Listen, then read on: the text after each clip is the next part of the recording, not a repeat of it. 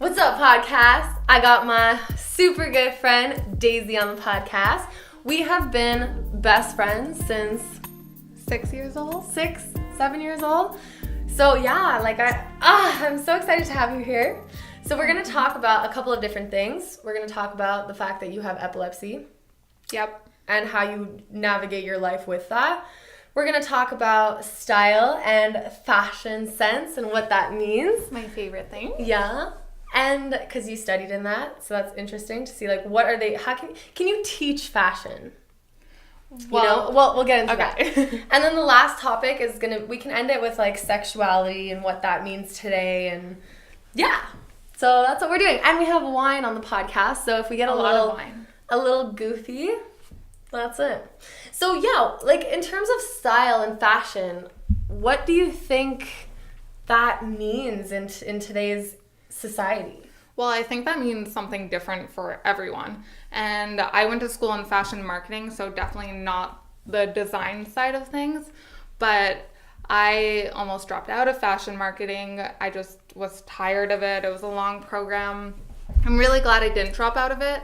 But it's funny to see where I've come. I'm working in the finance world now, not working in fashion. Which is always the plan, I find. Yeah, but I'm really glad to have the knowledge from my fashion marketing program and put it into something else that's not fashion and kind of keep fashion as my pleasure. Yeah, rather than my work. I mean, it would have been awesome too, and it's also never too late.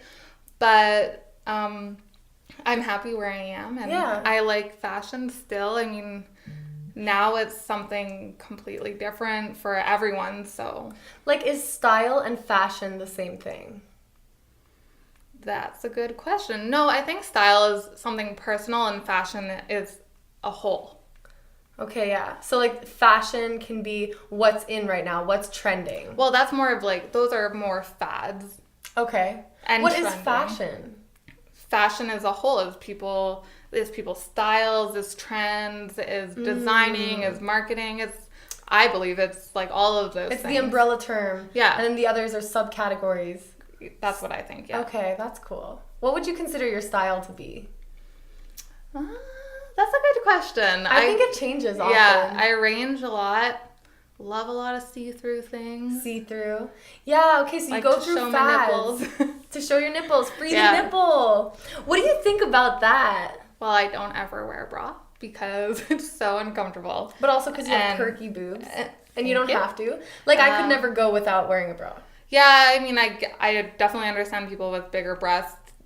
They need the support, and it's uncomfortable for them to not wear a bra. Yeah. Just in terms of physically and mentally.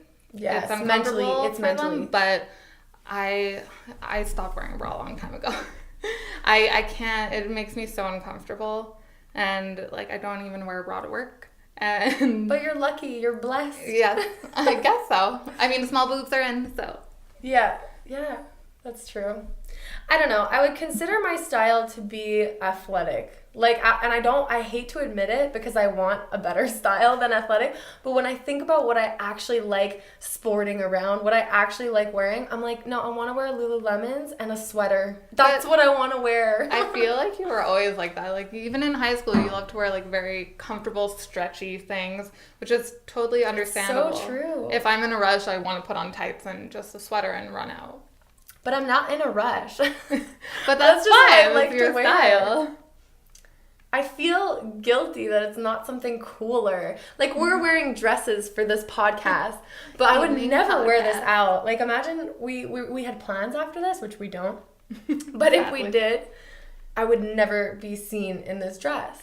Yeah, it's I'm doing it for fun because it feels like dress up. Yeah, it's really how I feel. If I'm bored, I'll put on clown makeup or do something crazy, or I'll just go to the bar in jeans. This lipstick that I'm wearing is crazy though. I wouldn't I wouldn't go to work with this. People would be like, "What the hell is wrong with our hostess?" No, they wouldn't. I feel like they would. It was just because it's not naturally what you wear. But if you wore that all the time, that's true. If you rocked it with confidence. If it was my style. Well, anything can be your style. You just have to be confident about it. Ooh, I like that. I like that. Yeah, maybe this this color is not my confidence. So I'm like, do I look like a clown in this? But I actually really like it. Anyways, back on like, what did you study? So you went to fashion marketing. So did you have to like put, I know you had to dress mannequins at one point.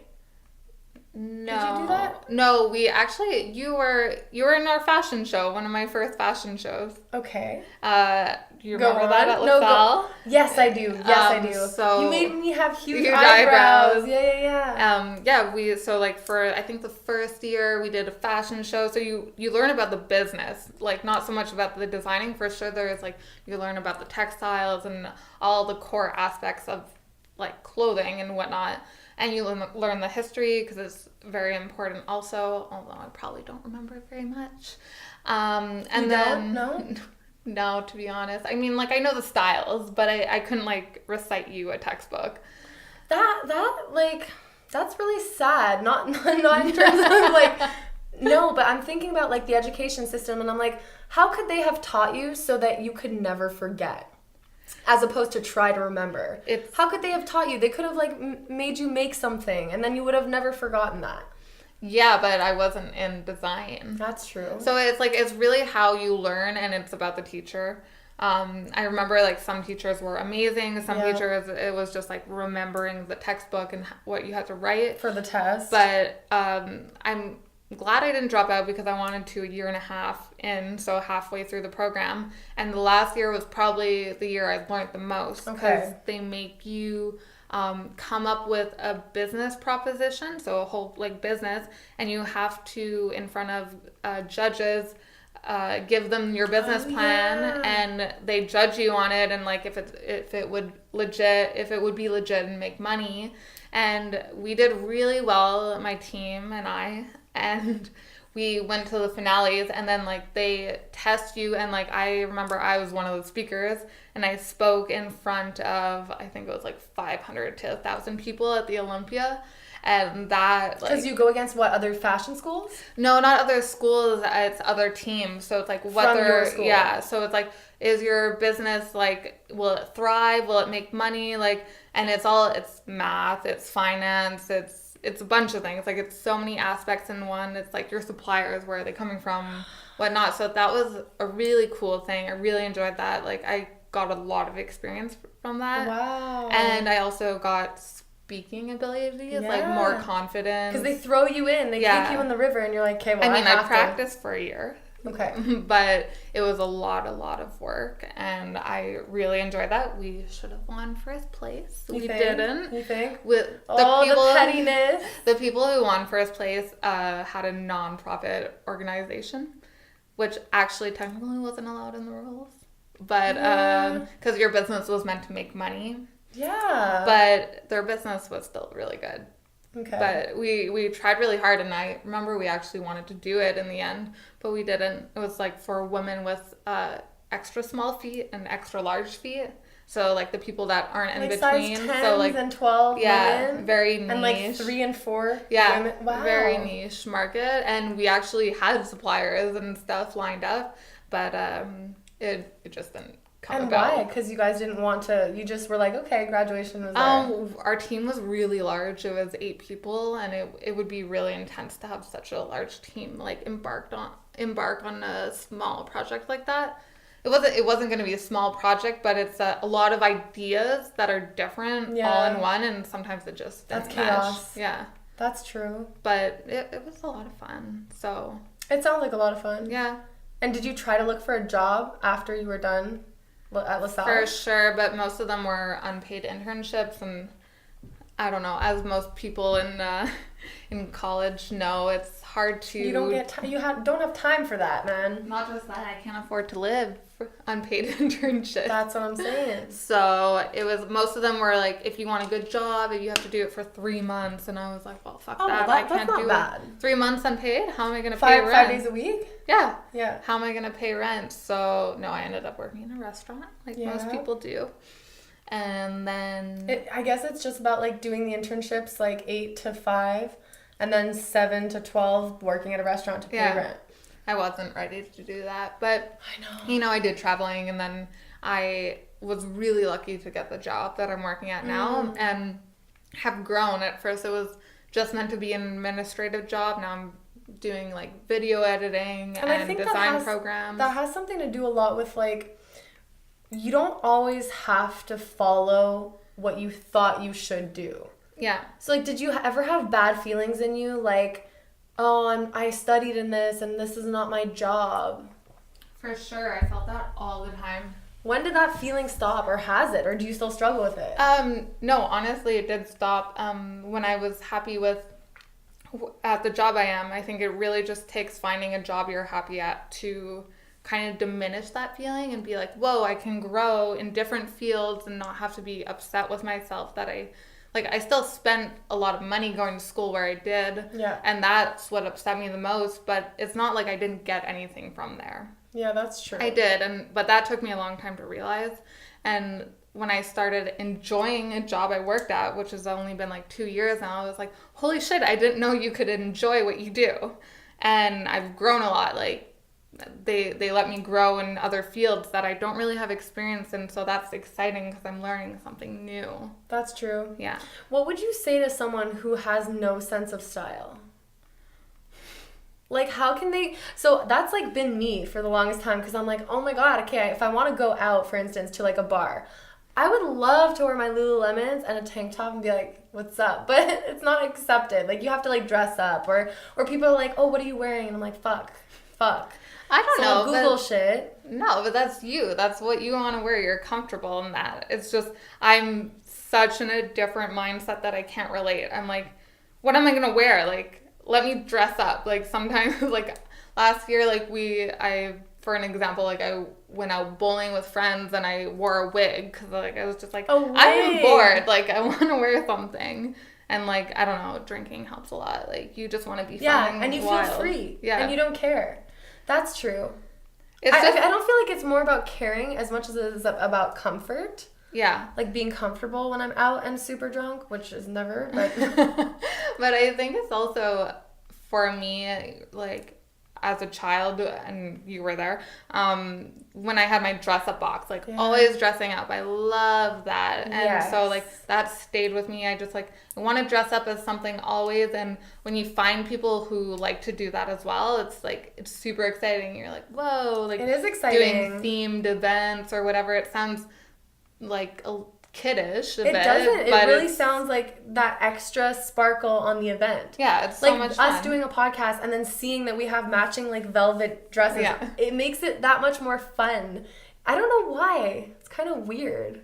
It is a bit weird, but I guess, like, my office life is a bit, like, mundane. So it's fun to, like, go out and be a different person completely. Like, you know, my coworkers, they know me a bit, but they don't, like, know me. So it's nice to, like, go out of the office and not be my office self. Would you ever go out with your coworkers?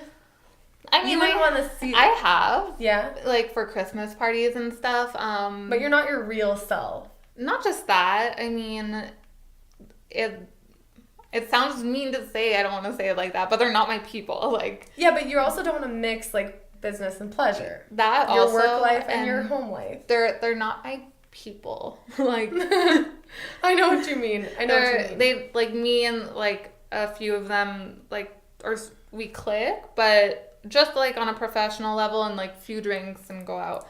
But to have a deep friendship that some people have in their work lives, I sport wigs together. Yeah, I don't see that happening. Yeah, that makes sense. Also, I feel like I'm in the finance world, so super, like...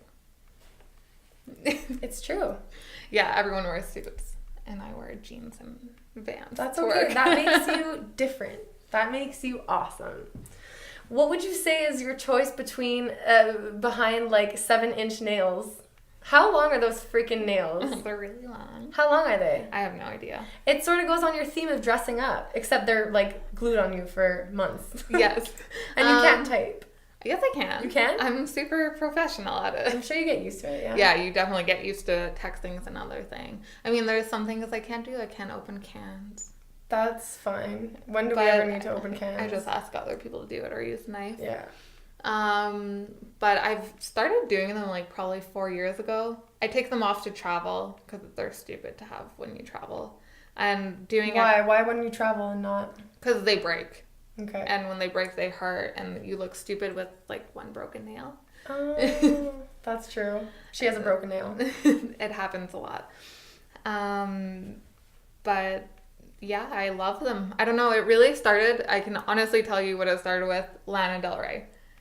I love Lana Del Rey, and she always had, like, the long nails. In a certain music video, or? I don't know. It was, like, when she first became, like, pretty popular, and she always had long nails.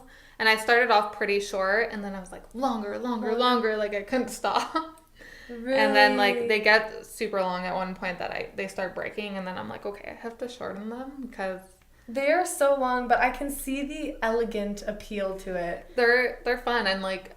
I guess I kind of like the reaction because people are always like, you look like a witch or you look really scary. And I'm like, I love that. That's interesting. Can you talk about that? Like, what do you think about people's opinion on fashion? What do you think of that? Like, what do you mean by opinion, though?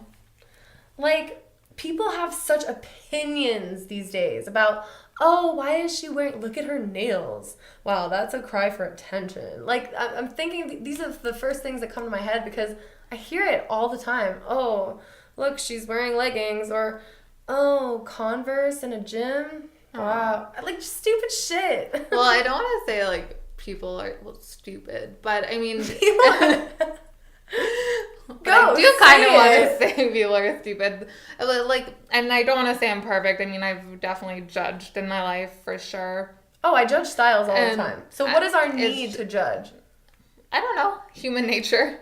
Yeah. You're constantly, as much as you don't want to compare yourself to other people, you constantly are. And you can't really help that. I mean, you can definitely be in a better mindset and not judge people, be very open-minded, but a little part of you is always constantly comparing yourself to others. I would never do that. Or, oh, I could do that. It's true. When I think about, like, I don't know, anything, like the necklace you're wearing, I would immediately look at it and I'd be like, would I wear that? Do you know what I mean? Or, like, so how many tattoos do you have? About, like, 20. 20 tattoos. Yeah. And you were showing me all of them, and I was like, oh my God, your body is a serious canvas. Like, it inspires me to, like, start putting tattoos everywhere because it looks like, whoa, you're discovering her body. That's really cool. Yeah. I've hidden a lot of, not hidden, but they're in a lot of places that you can't see. And I started doing that just for job reasons, and they're pretty widely acceptable now. And it's not like I went to prison or anything and have prison tattoos, but I just, like, most of my tattoos mean nothing at all.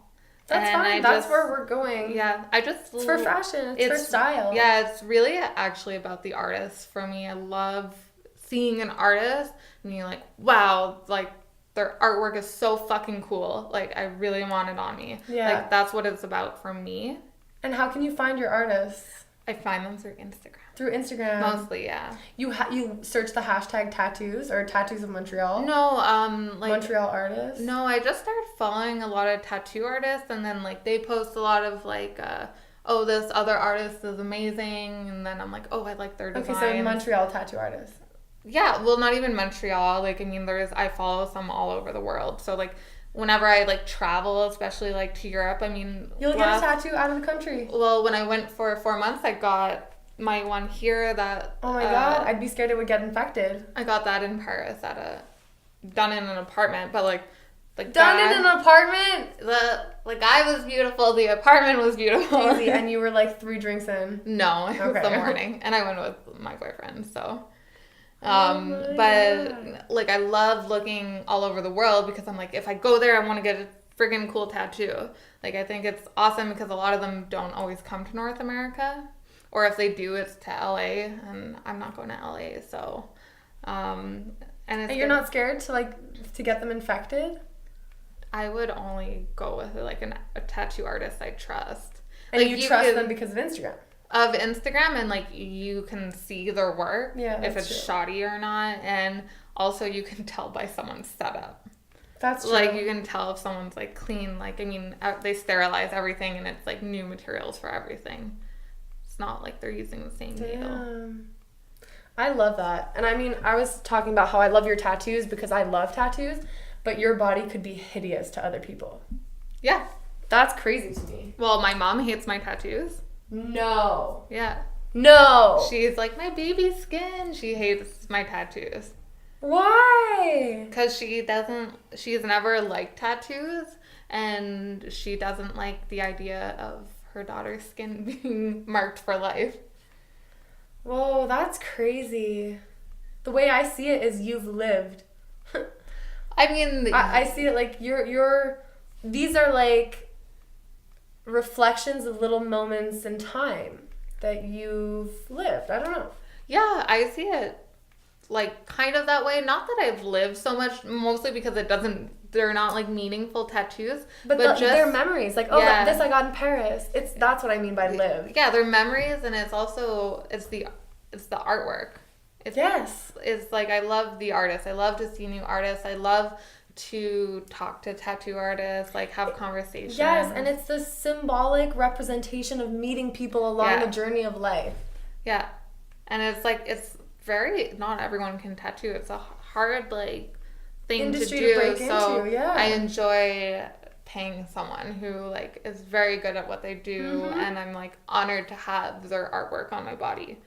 So like that's how I feel about tattoos. I love that. Okay, wine break. So let's get into epilepsy. Okay. How did that happen? You were not always epileptic. No. So that was a scary time. It was when we were living together at our first apartment. So about 7 years ago? More. 7 years ago. Yeah, about something like that. It was when I turned 18, and I was staying a lot at a friend's place. And one morning, we had actually gone to buy scratch tickets to see if we could win money to pay for haircuts. And I was scratching the ticket, and my friend thought he had said something funny to me, and I was laughing, but I was actually having a seizure. Oh my God. And the next thing I know, I'm in the ambulance, and the paramedics are asking me a bunch of questions. And I don't know if it's the same for everyone who has seizures, but when I have a seizure and I black out, when I come to, I'm very like defensive and a bit aggressive. When you come to? Yeah, like when I come back. Yeah, when I come back and I realize what's going on. It takes me a while, about 10 minutes, and they'll ask me questions like, what date is it? What's your name? Like, where are you? And sometimes I'm like, I'm fine, I didn't have a seizure, and I get like really pissed off. Yes. I'm like, stop asking me questions, because I'm all like disoriented. Yeah, and you're kind of like in oblivion. You're like, no. Yeah. No, that didn't happen. And I have like people over my face. It's like very overwhelming. Yeah. And so I get like very defensive, and I'm like get off me, and then you kind of come to a realization when they try to ask you what the date is and you can't answer. And you're like, okay, maybe I need to go to the hospital. Do you really think? Because sometimes I don't remember the date. Or will they ask you what month is it? Yeah, no, it'll be like, well, what's the month? What's the year? Like, I don't know. Like, I can tell you what's the month because, like, I'm still there, but it'll take me time, but it'll come. And so, like, the first one was obviously very scary because I never had a seizure before. And then after a bunch of tests and seeing a neurologist, they said I have epilepsy, but not due to, like, flashing lights or anything. Mostly due to over partying and not sleeping, which kind of go hand in hand together, or which do go hand in hand together. So, I mean, I was 18. I was doing a lot of that. Yeah. And what's the clinical definition of epilepsy? I don't know. You can have a lot of different kind of seizures. You can have like grand mal seizures. You can have small mal seizures. So grand mal seizures, correct me if I'm wrong. I wouldn't know. Well, whoever's out there, correct me if I'm wrong. Okay. Is when you black out. So that's like what I have. Grand? Yeah, grand mal seizures. Small mal seizures are when like your brain is basically like rewiring itself. Like it's having a glitch. And so small mal seizure is like, it happens. It could be for like 2 seconds, or you might not even notice it, but you had a seizure. Like you could tell on I forget what they call them, but on one of those brain thingies. Okay. They can tell when you've had seizures. Like a brain scan. Yeah, to like monitor your activity. They can tell when you've had seizures, and you can have small mal seizures, but like a lot of the times they'll go unnoticed. And So I could have had a seizure in my life. You could have, but I mean, chances are it's doubtful. Slim. Yeah, but you could have for sure. And like seizures can come from like so many things. Just in my case, it was mostly due to lack of sleep, and because I was like exhausting myself. Like I wasn't sleeping. I was going out all night, not sleeping. So like any 18-year-old does. And then I had to come to realize that I couldn't do that anymore, and that was really hard for me. Why? Because I wanted to go out and party and be the life of the party and like have fun with my friends, and then I was always scared of having a seizure because I didn't want to put anyone in that situation. To take care of you? To take care of me, and I started to realize I would only have seizures the next day when I was hungover. It wouldn't be when I was out. So it was like if I went out and I got drunk, I felt amazing, and I was like, I'll be fine tomorrow. No. Where it was the next day that I was so terrified. And in reality, I made it worse because I wasn't just giving myself seizures, making myself have them. I was giving myself crazy anxiety. Yeah. Because I thought I was gonna have them, and I like would put myself into this bubble where I wouldn't talk to anyone. And that scared the shit out of me. But that's even scarier because you're alone. Yeah. And so if you have a seizure alone, what do you do? Well, I don't know most of the time. Like, could you throw up and then like choke on your own? Yeah, I mean like have you ever thrown up? You spit up, yeah. But it's like most of the time nothing. I've definitely had a seizure alone before. I've had it at my mom's place. How do you know? I knew because I crawled upstairs and my mom was looking at me and she was like, "Are you okay?" And I was like, "Am I okay?" And she was like, "What are you doing?" And I was like, "What am I doing?" And I just kept repeating her questions back to her. And she was like, "Did you have a seizure?" And I was like, "Did I have a seizure?" And that's scary as shit. And she realized I had like spilled my coffee all over me. And she was like, "Okay, I'm gonna put you to bed." And like she wasn't concerned? No, she was super concerned, but like I didn't realize what was going on because I wasn't fully aware in my head. Yeah. And then unfortunately, like the worst part of having a seizure is you would know if you had a grand mal seizure because your body is in so much pain from convulsing, because it's like your body is spasming. Oh my god. And so it hurts a lot. But I mean, all this to say, I started taking medication. Can you say the name of it? The first medication I took, I don't remember.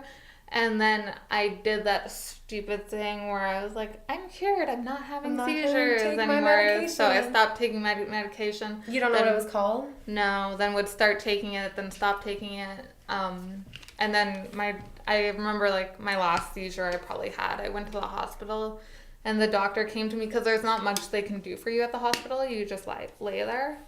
And the doctor was like, "Listen, do you want brain damage?" And I was like, "No, I love my brain." And he was like, "Well, then relax, stop partying so much because you'll give yourself brain damage if you keep having seizures." Oh my god. And he's like, "And sometimes they can last with you for the rest of your life." And I was like, "Okay." And like that really woke me up. And I was like, I love my brain. Like I don't want that to happen.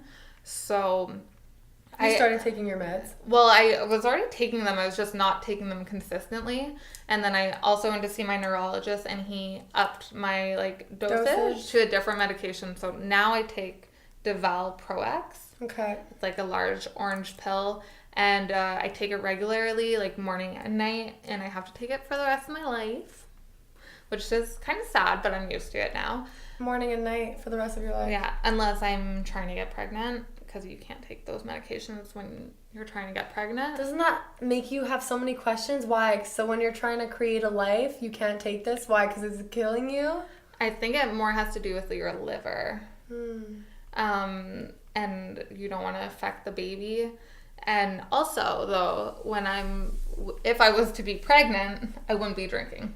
That's true. Staying up late and partying. That's true. So there wouldn't be so much of a I wouldn't be so scared. I would still probably need to be monitored, but I've come to terms with it. I mean, my aunt had epilepsy. She had hers in high school, And like back then the drugs were super strong for epilepsy because there's no cure. It's really just they're still kind of guessing.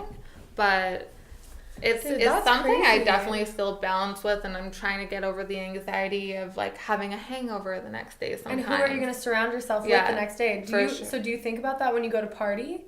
Are you like, whose house am I sleeping at? Well, yeah, I always go home because I feel like the most comfortable around my boyfriend or alone. Like I just want to be, but I will surround myself by someone I trust if I do feel scared. And do you feel like if you feel scared or you have anxiety that you can now have more of a chance? It's taken me time, but I've been very open with people now. I'm like, I need to be around you, but we don't need to talk at all, please. Like, I don't want to talk. Yeah. And people are like people who know me now are pretty comfortable with that. And I haven't had a seizure in over 3 years. And I want to girl, keep it that way. Yeah. Why do you think that is? Have you been like staying up late and drinking? Yeah, I still I'm more tame. I mean, I have like a regular job. I have my routines now. I still party a lot and like enjoy my life and like go out a lot because I like doing that, but I'm definitely more careful. I take my medication. I have people around me who've experienced like seeing me have seizures and obviously don't want that. So like I don't want to put that on them, but they keep me in check a lot of the time too. Yeah. Like remind me, like my boyfriend is the same. He reminds me to take my medication at night sometimes when I'm really tired, which is super cool. Just to have someone who's understanding. Yeah. Because like your brain is the most precious thing. You don't want to have brain damage. You don't imagine having one seizure and then fucking up your brain for the rest of your life and you not knowing because the part of your brain that you fucked up was the part of self-awareness. Yeah. And the end of your life. When like I go for checkups like every few years, it's, it sounds shitty to say, but I'm fucking grateful because you see some of the people who have neurology, like brain problems and have bad epilepsy, and like I don't have it bad at all. Like to say I've probably had 7 seizures in my life, I do not have it bad at all. And what's their count? I don't know. I mean, it's like not for me to ask, but I can see people who it's affected and like physically and mentally. What do you see? You could just see that there's like something wrong with their brain or their body's not functioning properly, and like it's extremely like sad. I mean, not that I need to feel sadness for them or pity for them, but I'm fortunate enough to have epilepsy that I can control. So I can control it. So I shouldn't be like selfish and taking it for granted. My God. But it's taken me a long time. It's taken me like 3-4 years. Or maybe longer than that, I guess. To feel like stop fucking around, Daisy. Like get your shit together. Yeah, get your shit Save together. Your body. It's not hard. Like you have one thing wrong with you. Like plenty of people have things wrong with them. So just suck it up and do what the doctors tell you. They're not idiots. They're trained professionals. Yeah. What would you tell someone who just got diagnosed with epilepsy? Can you dig deep into like how you were feeling when you first found out? Because I remember we lived together at that time and I was like, holy fuck. You like called me saying you were epileptic and it was like the end of my world. I was like, oh my God, my best friend is fucking epileptic. Like what the fuck? And it affected me in some type of way. I can't imagine you. Like, I mean, the first feeling I had was this is not fair. Yeah. Which is like, maybe it's not fair, but at the end of the day, you have it, so why think that way? Like, there's nothing you can do. It's not going away. You can't control it, so why fucking get upset about it? And then, like, obviously the first thing I would tell to someone who got diagnosed with epilepsy is, like, take your medication. Don't think that you're cured. Like, it's not curable. It's like I was playing, like tricks on myself, like mind tricks on myself to think that it was curable. It's like, I'm fine. Like, kind of like that manic depressive state where you're like, oh, I don't feel depressed anymore. I'll stop taking my antidepressants. It's like, no, that's not how it works. So that would be like the one advice I'd give. And I mean, to like, learn take your pills. Take your pills, and I mean, learn your limits. Everyone's different. Like my epilepsy case could be completely different for someone else. And I know people who have epilepsy too, and it's very different. Some people have it during childhood, and it goes away as you get older. That's cool. It's rare that it develops though at a late age, but I haven't. Which it did for you. Yeah, but I haven't had it in a long time, so. That's true. So take your pills. And, like, don't worry, like... Yeah, that's a hard one, though. I mean, that's, like, do you still worry? Yeah, for sure. When I feel anxious, like, even if I'm not drinking or anything, if I feel anxious, is the first thing I think of. Because I associate now anxiety with having a seizure. And that's hard, because I feel like we're always anxious for something in our day. So, like, because I associate that, whenever I have that feeling, I'm like, I'm going to have a seizure. And I have to, like, calm myself and be like, relax, you didn't do anything. Like, you're not going to have a seizure. But how is your anxiety now? That's my question. Do you have, like, you've had panic attacks. Yeah, I still have really bad anxiety, but I've learned to control it a lot. And I've also try to teach myself that if I have a seizure, I have a seizure, and there's nothing I can do about it. But there is in the preventative sense. Like, in before, but I mean, like, if it's happening. If it's the day of, and I'm gonna have a seizure, my body will. There's nothing I can do to stop it. You can't, like, down a whole bunch of water in hopes of, like my cleansing your something? Your body will do it. Well, for instance, when I was hungover, and, like, this doesn't happen often, but I know my body knows, like, you better drink, girl, you better drink so much water. So I'll down like 7 huge bottles of water, and I'll feel better. Instantly my headache will go away. I'll feel less dehydrated. I'll feel better. Yeah. So I feel like water's the answer, but I don't know. But I feel like it's just common sense. Well, no, there's for sure some, like, that's the problem I have, is that I have a hard time distinguishing a seizure coming on and anxiety. So I never really know. And honestly, the thing that calms me down the most is to be like, if you're going to have a seizure, you're going to have a seizure.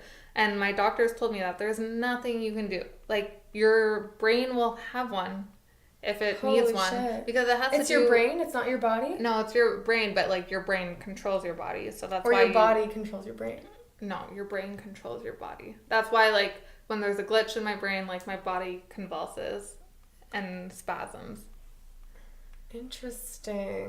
Your brain controls everything. No, but I'm thinking, like, for instance, let's say, this is a horrible example. I'm going to switch examples.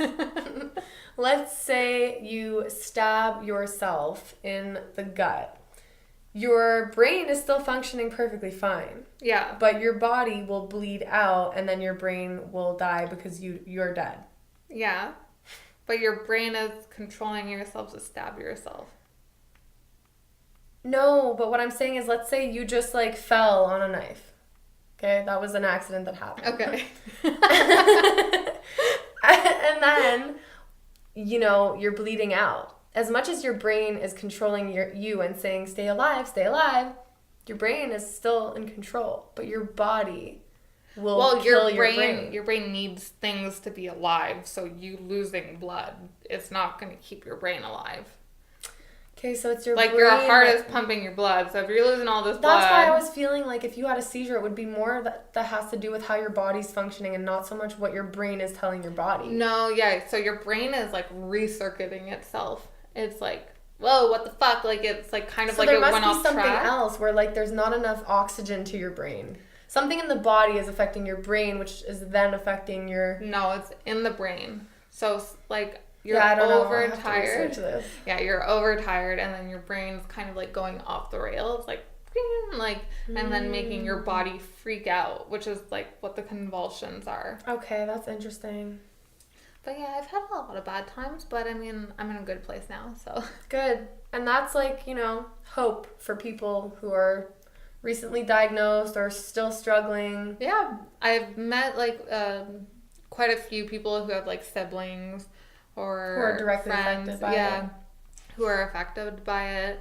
And I mean, for most of them, I know it's gotten better. Not everyone. Some people are sadly diagnosed where like they'll have multiple seizures a day. and like can't really do anything about Imagine. that. Yeah, like You that can't ruins even your hold a life. job. No, that ruins your life. Wow. And like you're also in so much pain. That which is ruins your life. Yeah, like you're in a lot of pain. And like you can't do things like I don't stand near the metro like tunnel anymore. Like I stand back. And like it's like for fear of like falling. Yeah, like it's things you train yourself to like think about. Like I don't stand near the metro like tunnel. I don't like have a bath with the door locked. I don't like things like that. And dude, that's crazy. Yeah. Well, good luck to everybody. That sounded really really weird. You're all gonna get seizures. No, good luck to people who are suffering from this, because I think about like being diagnosed with that. Oh God, I like my heart goes out to you and people who struggle with that, because I don't even know. I feel like I would never be able to physically handle that, mentally handle that. I'd be like, fuck you. Well, you would. I mean, it would just take time. It took me a lot of time to come to terms with it. Yeah, I mean, like I'm sure you have.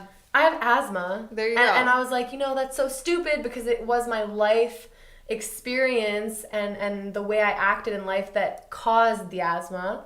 So I'm sure it was dormant, but the fact that I smoked when I was in high school, literally, gave me asthma, and I was like, fuck you, how could I do that to myself? But at least it's something I can still live with. I feel like, wow. Anyways. Well, I can still live with it too. I know you can. But I know what you mean. It's just like, but you're not getting seizures 3 times a day. That's what I'm thinking about. And I'm like, that's like wow. That's what I mean. Why I'm grateful is because someone always has it worse than you. Yeah, for sure. That's the truth. And that's also sad. It you're is. thankful that you're not the one who has it the worst, but you're still the same time, you're comparing yourself to other people essentially. Yeah, but at least you're still understanding for sure that they have it way worse. So it makes you grateful, but it still fucking sucks for them. Yeah. Okay, let's talk about sexuality. Sexuality. When you think about sexuality, what do you think about? I think about sex. But I don't think just like think the about physical sex. This is obviously sex. Having sex? Yeah, like you say you think about sex. What do you mean you think about sex?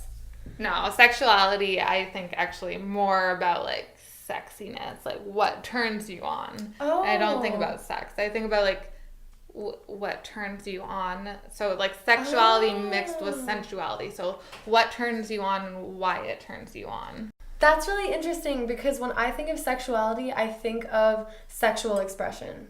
Or I think of your sexual orientation. So what's sexual expression to you? Like the way you conduct yourself. Like this right now, doing this. Like I'm touching my hair and I'm okay. Like the way I'm looking at you. Like this is a sexual expression. Like you're trying to turn me on. Like I'm just sexually expressing myself, because when you're feeling yourself and you're comfortable in your skin, you feel like you can move the way you want to, and we're sexual creatures. For sure. So we feel like we can just be our full sexual selves. That's what I think about when I think of sexuality.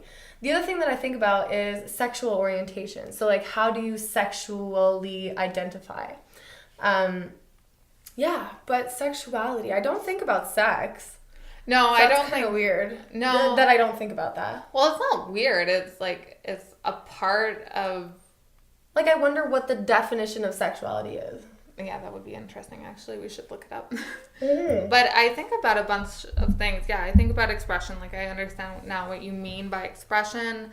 I think about sensuality, how you're feeling. What is sensuality? So sensuality to me is more about how you're feeling.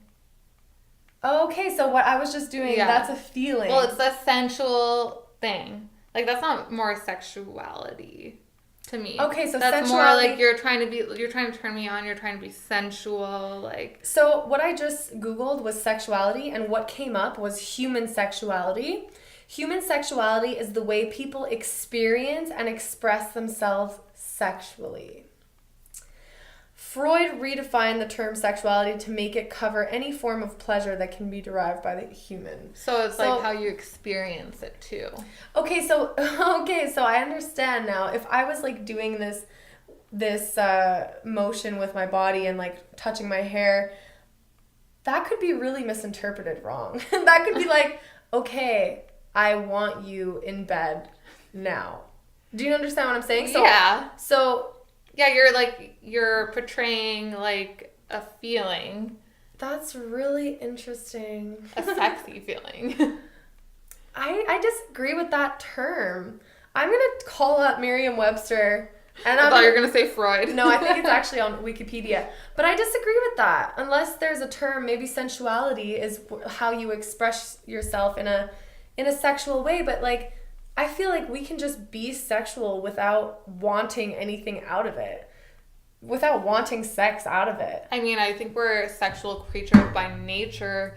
Although people who are asexual, I've never met someone who's asexual, but that really interests me.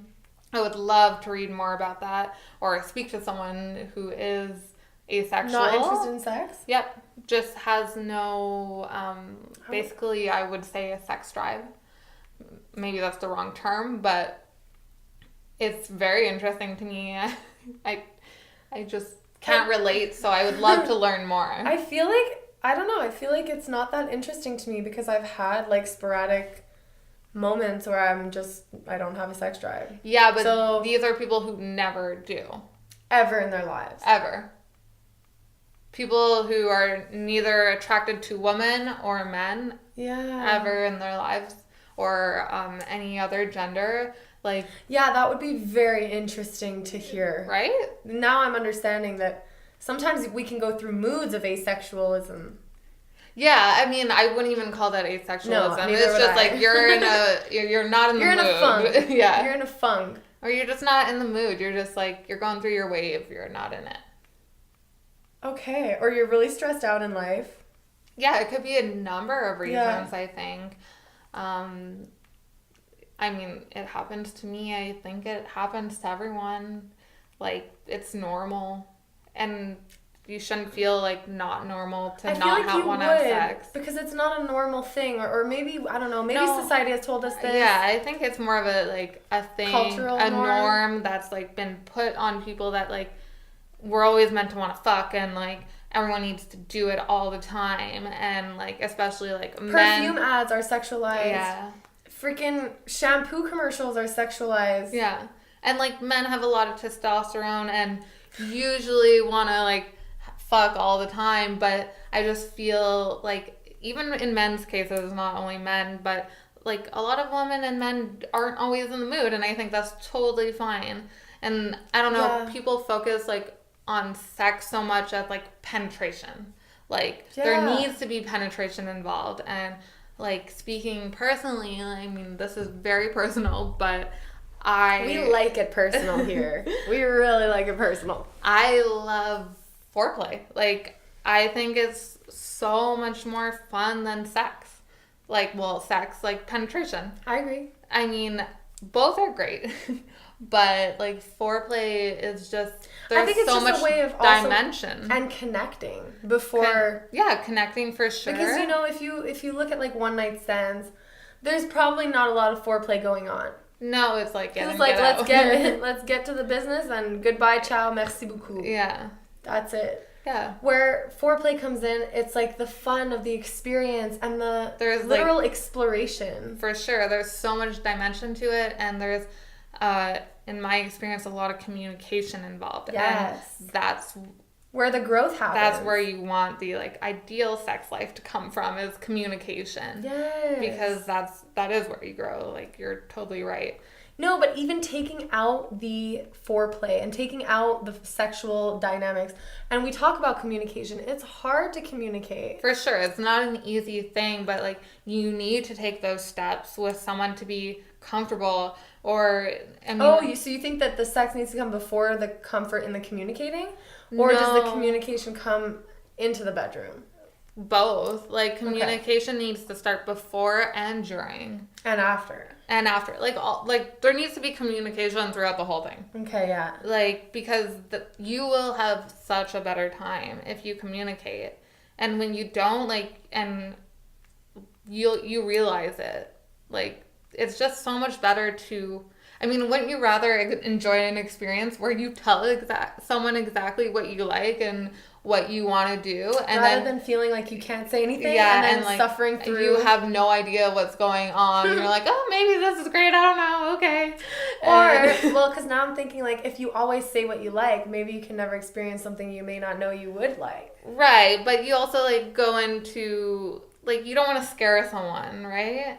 I mean, and it depends. Scare someone how? Well, I mean, it depends, like, who you're with and for how long. I mean, is this a one-time thing? Is this like a 3-month thing? Is it a safe space? Yeah, so you want to know, like, where you're at and how comfortable you are with the person. But, like, you can't just, like, spring new things on people. And, I mean, maybe they're down. But do you really want to take the risk if they're not? Like, you could really traumatize someone, which is a really terrible thing to do.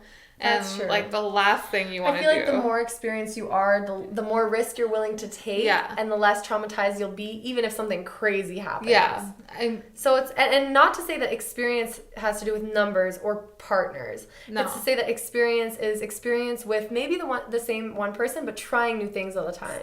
Yeah, trying new things for sure. I just mean, like, it should be communicated so that's a consensual thing all the time. Yeah. Because, like, that can really traumatize someone. Maybe you don't know this person's past and maybe they're already traumatized and, like, you don't want to trigger them.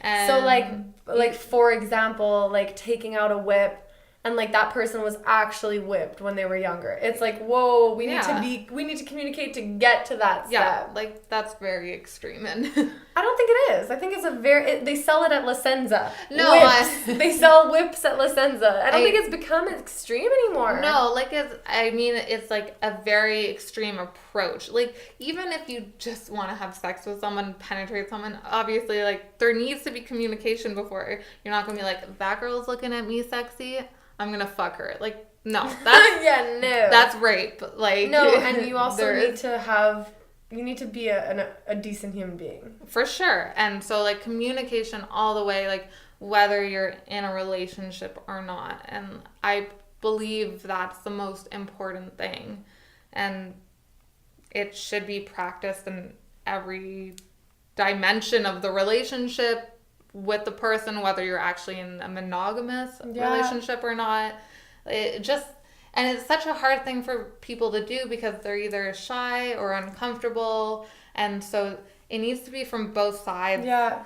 And it needs to be mutual and it needs to be consensual. There's just so many aspects to it that, like, people don't realize, or maybe people do realize, but I just feel like people, from experience talking to people, as a person now as a woman now who's older, I look back on things and I'm like, wow, I wish I knew the things I knew now, or felt the self-confidence, like, that I feel now, and been like, this is how I feel. I don't want to do this. I want to do this. Like, just knowing what you want to do. Like, you feel... But it comes with time. For sure. Just like age, you know? The older you get, the wiser you get. It's sad because I feel that a lot of women are sexually traumatized, and I'm not speaking for everyone, that's for sure.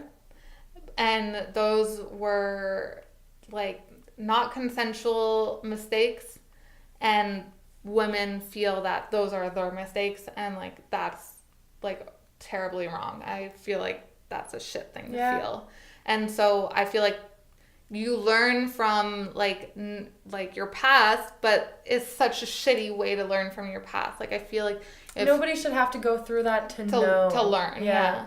And so, like, I feel like now they're starting to teach sex ed a lot earlier. What do you think of that? I think it's great. So do I. I think it's amazing. There are a lot of parents that are very upset about that it's in the curriculum. Well, I think it's stupid because that they think it's bad. Because I think it's great. My little sister is 9 and she started sex ed, I think the year above her started sex ed. And I think it's great that they're starting it in elementary school, and because then it's not a taboo subject. Then if you have questions, you have a safe space and a platform to ask them. Yeah, and it should be taught more in depth, because I remember when we had sex ed, we were like 13 years old, and it was not much of a class. It wasn't a class at all. It was taken for granted. It was guys asking comedy, gross questions. Guys asking questions just to like make the class laugh. Like it was passing around condoms, being like, ha ha ha ha. No, like let's go. Let's have some serious professors teach this class to put kids in their place and tell them what the fuck is up. And be like, you want to laugh? Or are you mature enough to take this class? Because if you're not, we could hold you back. And you can take it when you're ready. Like, seriously.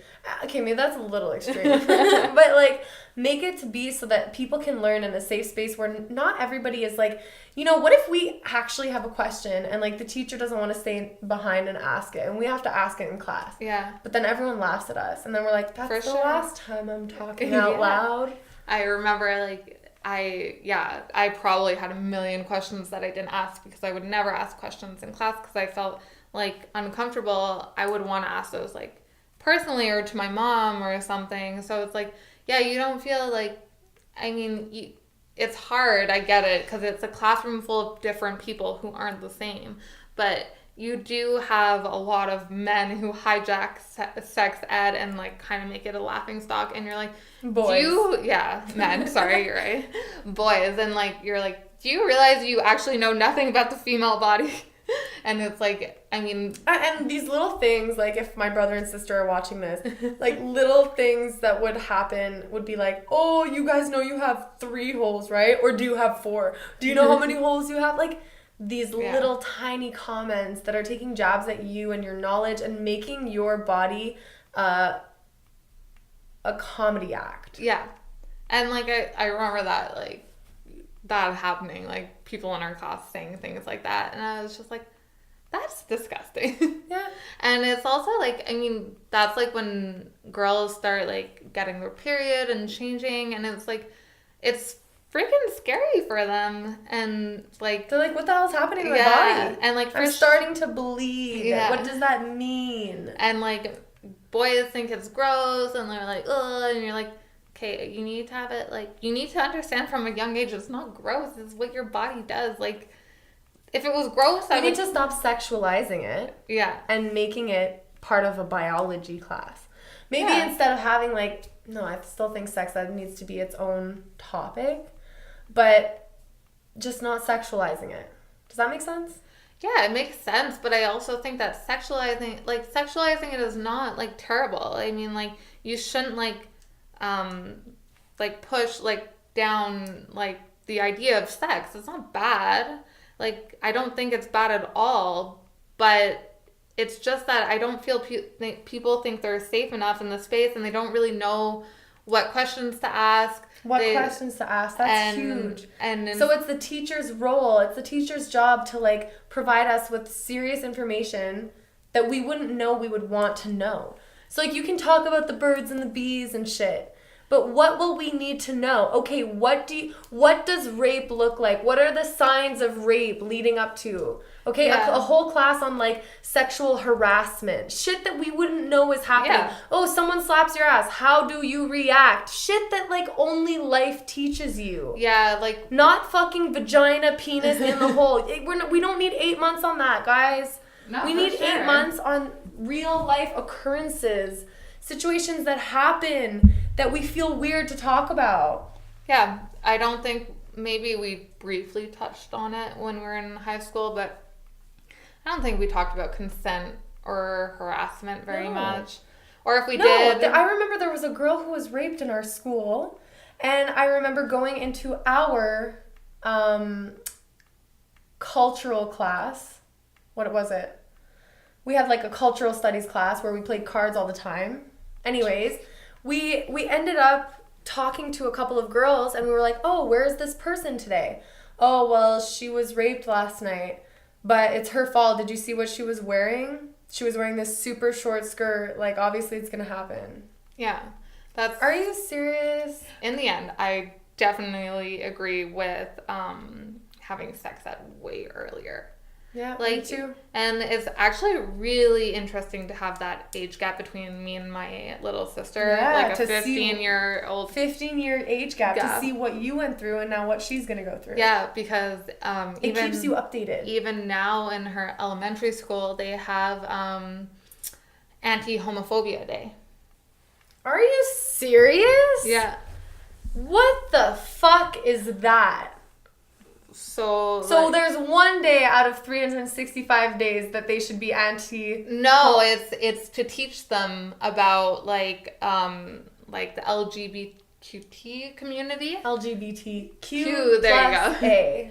It's to teach them about the community and to teach them about everything, like because a lot of my little sister's friends, or maybe not a lot, a few of them have 2 dads or 2 moms or things. So it's just to inform them. So they call it like the anti-homophobia day, and and I think that's a great thing. Like, for sure, it should be a 365 day thing year round. Like, it should be part of the sex ed curriculum. Yeah, but if you think about it, like sex ed, we probably learned for like 1 semester. It wasn't a whole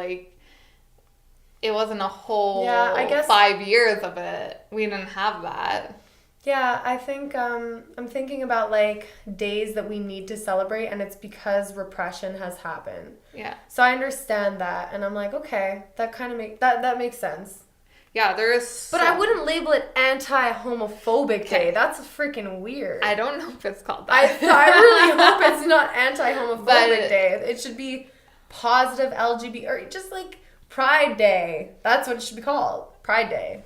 It's because anti-homophobic day is like lifting up homophobes. It's like, that's weird. I don't know what it's called. I could look into it for you, but it's something like that, and it's like where they like teach them about a bunch of things, ask them questions, like if they like how do they feel, or like what's their like instant reaction to things, and like that it, basically to like normalize it and stop making it such a weird thing. Like, I don't know why people need to always make things weird and not weird. Like, let's get into sexual orientation. How do you identify? Okay.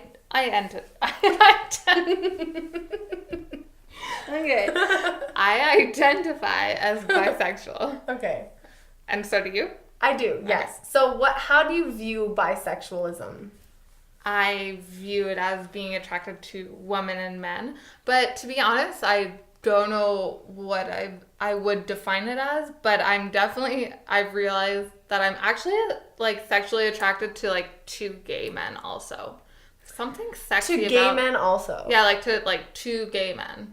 2? Why not 4? I don't get it. Like you 4. Know 2 people? Yeah, like it's more of like a couples thing, but it's like 2 men, like I don't know, like okay, so if they were single, you wouldn't be attracted to them. Maybe. I don't know. I feel like there's a lot of maybes in like my head. That's really interesting too, because it goes to show that you don't have to limit yourself. Yeah, I'm not I don't confine myself just because I realized that a lot of things turn me on, and to not feel weird about it and just be like, that's normal. And our society is like more welcoming now and has like normalized it a lot more. Yeah. And I don't think it's like super weird to be like sexually attracted to more than one sex.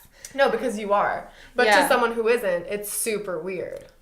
I don't think it's weird. Like, I mean, I know people who are only sexually attracted to like one sex, and they're pretty open-minded as well. Yeah, I guess it depends on the person and the place they come from, too. Yeah, they're heavily affected by their areas. Yeah, I mean, it's like if you grew up in a closed, like, community. Yeah. Like, a lot of places. Well, just like smaller towns, like Lachute, Morin Heights. Like, those are our small cities that we grew up in. Yeah. I wouldn't even consider it a city. It's a small town. Yeah, towns. It's a small neighborhood. Yeah, they're very small. And, like, you can have a lot of people who are very open-minded, and you can't. And, like, it's always refreshing to see people who are open-minded. And it's also tough to see people who aren't open-minded, because you feel like the need to change them and change how they view things. Yes. And sometimes they don't react how you want them to, and for me at least, I know that's like very frustrating, and so I get like more angry rather than trying to be like helpful and like educate someone and be like, but see it from this light, you know, instead of being like, oh, do this and like be positive about it. Yeah, and I think that's how us open-minded creatures always try to let other people see the world. It's like, okay, I understand you have an opinion, and I understand that I have an opinion, but it doesn't mean they're right. It means that let's just look at the other sides, even if we don't agree with any of them. But see, that's what I have a hard time with, is that like a lot of the time I will get angry and just I'll shut down because I'm like, you're an idiot. Like, that is wrong. Yes. And I think that's... Because some people just can't open their windows of, like, reception. Yeah, and... They can't open their windows of reception, so they can't be like, let me hear your information. So they close themselves off to even listening. It's a scary thing. No, it frustrates me a lot. But instead of being like, instead of getting angry, I'm trying to do this thing where it's like, walk out of the room if you don't want to be part of that discussion and it really upsets you.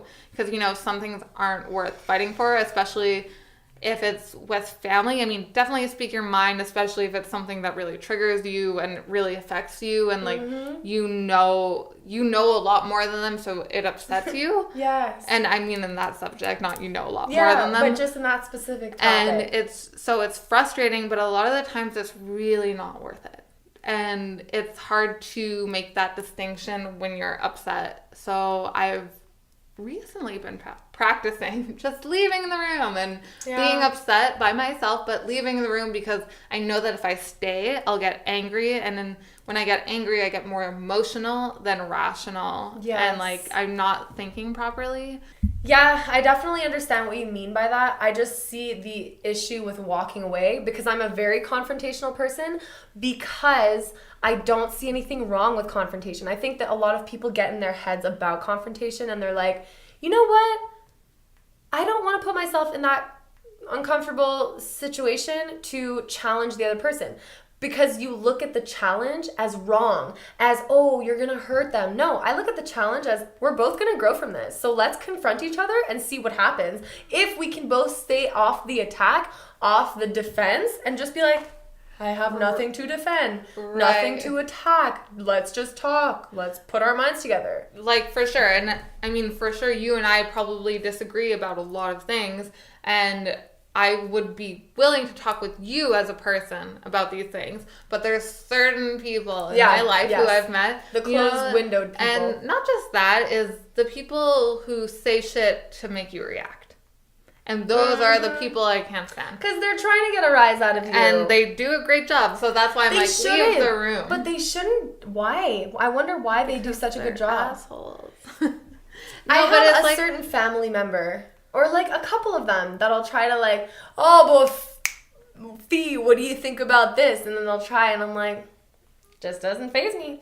And the fact that they can't get under my skin makes them furious. And I sit back, like literally with my bottle of water, and I'm like, it's funny to watch you get so upset to try to get a rise out of me, and it just turns it on them. So I think however you react gives you power. And if you feel like walking away upsets you, then maybe you could try to do something that would actually make you happier. Unless walking away gives you power, then continue to do that. No, but that's what I'm saying. It would piss me off to walk away. I'd be like, fuck, why did you just walk away? No, it gives me power because it's like they're not bringing up situations to get under my skin. They're also bringing up situations that I feel passionately about. And aren't willing to listen. So, and I'm like, well, I don't want to go into this because I do feel about this. I'm not going to pretend like I don't feel anything about this.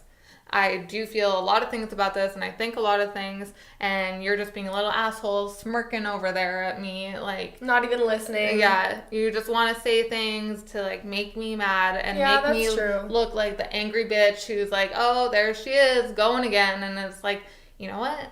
No, you're just being a jerk, and I have no time for you in my life. I see that. Yeah, so stray from those people. Sure, there's a lot of people who want to just get under your skin and not actually, like, you can pretend like nothing happened, but I don't know. Sometimes it's better to walk away, especially in situations like where they're not like your family. Yeah. And you're like, I don't have to deal with this. Yeah, and you're like, am I gonna ruin this party tonight? Or Oh. it's just like people who are really annoying and not actually ruin it. Yeah, Just mean like, just am I going to start a huge fight at this like party that's not about this? Like, no. No. So walk away. Okay, Yeah. I see that. It's like, That's you true. pick That's your an battles. environment that I'm never in. Yeah. So I wouldn't know how to navigate that. Yeah. That's a good point. Pick your battles. And Yeah. I mean, you don't have to be friends with that person, but it's okay to be in the same room. And if they start talking about stuff that you completely disagree with and they just want to be a jerk about it and not be open-minded, then just walk away. That's how I feel, and I'm trying to do. No, I love that. But I'm a very reactive person also. And what happens when like you're a reactive person, at least for me, is that I get so emotional that I can't put my emotions into like a logical Cognitive response. responses, yeah. So I sound like an idiot because I'm just like worked up. yeah. And I'm like, no one. And then like You you, know go what? away from the situation being like, oh, I had You're so many stupid. good Yeah. things to say. Yes. And it just doesn't come out because you're so wrapped up in your emotions. So it's really about like debating, but debating like rationally. Not And emotionally. Yeah. Leaving the it's emotions hard out of though to debate about things that you aren't emotional about. it. Yeah. I mean, people are naturally emotional about most things, and you're invested in things emotionally that interest you and trigger you. So I don't know. I think about the way that, like, I think about, okay, what could somebody get under my skin about? And I'm like, there's not much. very much. No? No. And I'm really trying to think, and I'm like politically, no? No, politically, I'm like, sexually, like, sexual orientation, I'm like, no, I don't really care. You know, oh, cancer, like getting to, like, my core and getting to the things that have affected me, like, oh, like, talking about my past, like, no, it wouldn't affect me, because I look at it in a sense like, oh, it's interesting the way you were raised, or the way you were brought up, or like, oh, it's interesting the path that you took to make you this way. I look at them, like, I don't look at, I don't ever look at it as an attack. I look at it like, it's interesting the filter you have. I wonder why you have that, and can we talk about it? Yeah, that's it. That's a great way to look at people. It really is. Yeah, I think I lack that a lot, because it's more of like, less about you. I always feel like it's a personal about you. attack. Yeah, and that's, I think, the biggest problem. I think it's why we can't have successful relationships today, because relationships today have to do with, oh, you know, do you mind picking up the groceries? Oh, so I have to spend money again? No. You know, like little dynamic things, but you take it as an attack. Yeah. Yeah, I don't know. It's weird. Okay, let's segue to our last couple questions. Okay. So, okay, do you have a dream? Oh my God. No, not really. I mean, it's really to just have the clothes I want to have. Have the clothes. Yeah, the clothes, do the makeup, the hair, dressing up, expression, freedom to express. Just to do all the fun ideas in my head. That would be like a dream, to like direct something, like a photo shoot or whatever, like style it. Like imagine what's in my head, like on someone would be super amazing. Why can't you do that? We have Model Mayhem. Model Mayhem is like a serious website where you can just create your ideas. I don't know about that, but I do want to do that, and that's what I wanted to do with Maya. You should. So, I mean, Maya and I have talked about a few things, but it's also about time. Time. I'm so busy. No, but it's also, what are you prioritizing? Because are you really busy, or is that just not on your priority list? Both. You prioritize what you want, and if you wanted time for it, you would make time for it. For sure. And yeah, there's both, but I do have a full-time job that takes up a lot of my life. And then I do consider, like, I need to, in my life, balance having fun and working. So there's going out, being with my friends and stuff. But, I mean, being with my friends is a lot of where my imagination comes from, like dressing up, going to things. So you're kind of living your dream on the daily. A little bit. But, I mean, I would love to do, like, a photo shoot. And me and Maya did try to do this, but it kind of fell through. And then, like, we all went traveling. But to just be able to... Maya was on the podcast, by the way. You should go listen to it. Okay, go on. And to just envision something and then see it. Like, that's amazing. And you know what? Like, I'm a sucker for, like, the brands, like Gucci, Dior, like Coco Prada, Chanel. like everything. Like, I mean, that would be so amazing. And You could to be do a brand, though. Crazy makeup Daisy. for sure. That's already a brand. Marc Jacobs, Marc Daisy, Jacobs, yeah. the perfume, yeah. But yeah, just to, I don't know, just to see something that you envision in real life would be amazing. And to be able to direct it and like have that freedom and like see something that you always imagine come to life is like probably the coolest thing. And I'm sure like you do that all the time. Like you see something you want to do and so you make it happen. Yeah. Because that's what the way that I look at like legacy and shit is like it living beyond me. That's why the internet is like my holy grail of life. Because I'm like, thank you, internet, for having an infinite life that we know of.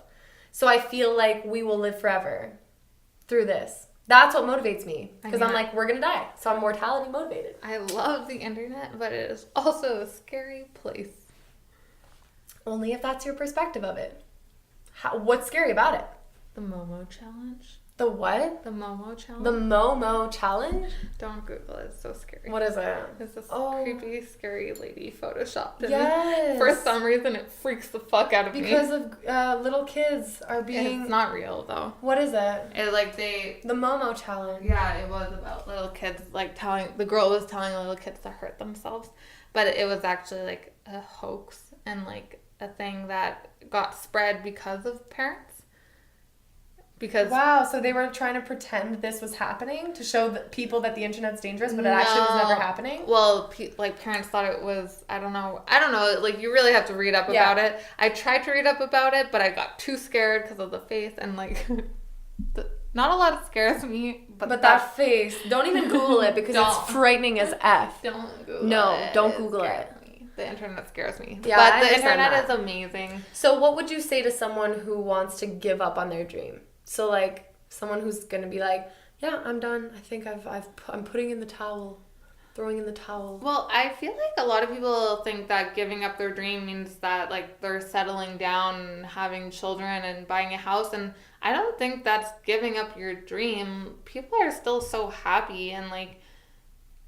I don't think that's giving your dream. You live your best life. I mean, what is your dream? Can you really pinpoint it down to one thing? I mean, maybe some people can, but I don't think I could.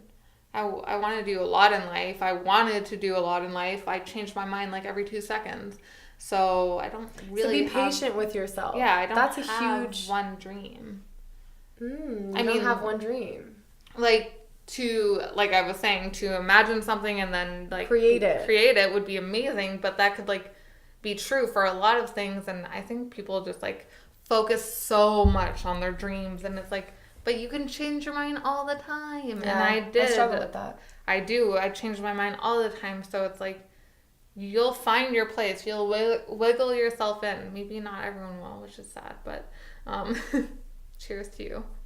Good luck. I love that. Okay, if you had a superpower, what would it be? Ooh. Oh, I always wanted to be, what's her name from X-Men, where she could move things with her mind. Oh, Mystique? I think it was Mystique.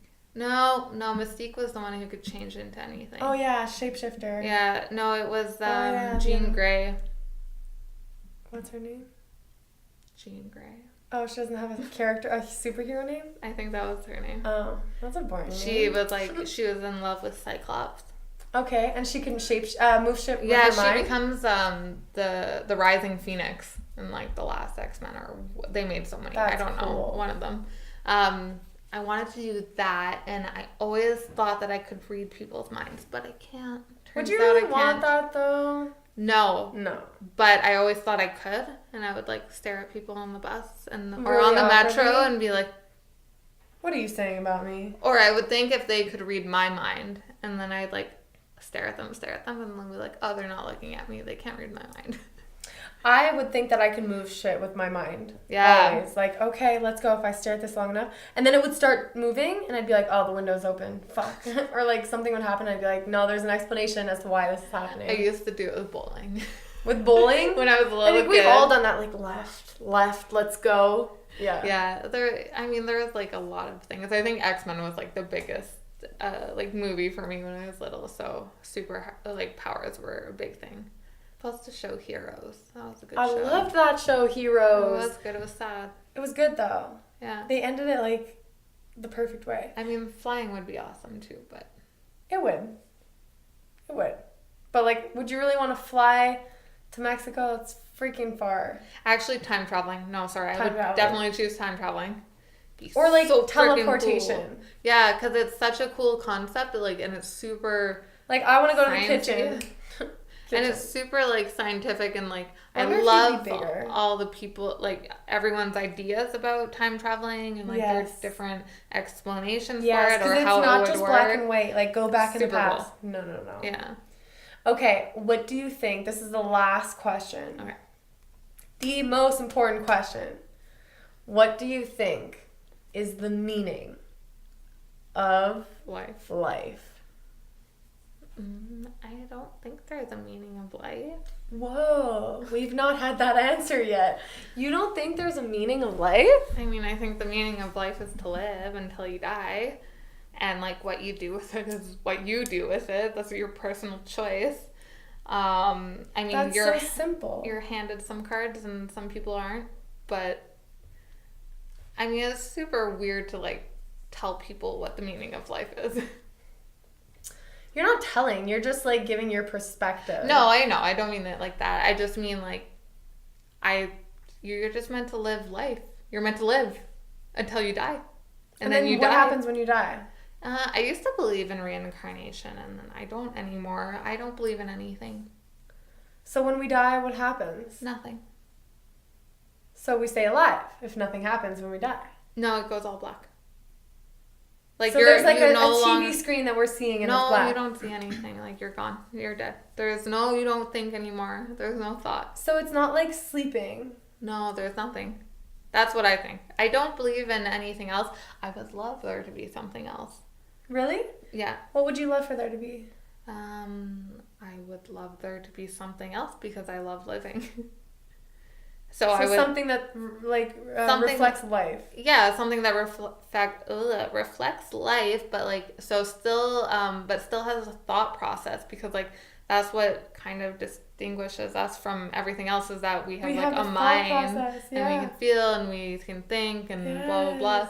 And so I would still love to have that, because I think like that's the greatest joy in life, is that you can think up creations to create. That was beautiful. I think we'll leave it like that.